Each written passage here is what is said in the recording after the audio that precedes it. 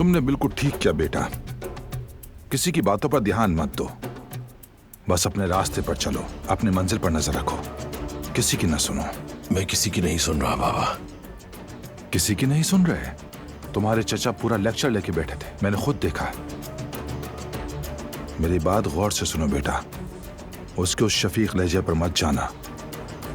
वो अपने बेटों के अलावा किसी को अहमियत नहीं देता, वो बस तुम्हें अपने काबू में रखना चाहता है। यही वजह है कि वो तुम्हारे करीब आ रहा है। और हाँ, दारिया से राब्ता मत तोड़ना, वो तुम्हारे ज्यादा काम आ सकती है। अक्ल से काम लेना सीखो। दारिया ही तुम्हें तुम्हारी मंजिल तक पहुंचा सकती है, उसका साथ तुम्हारे लिए बहुत जरूरी है।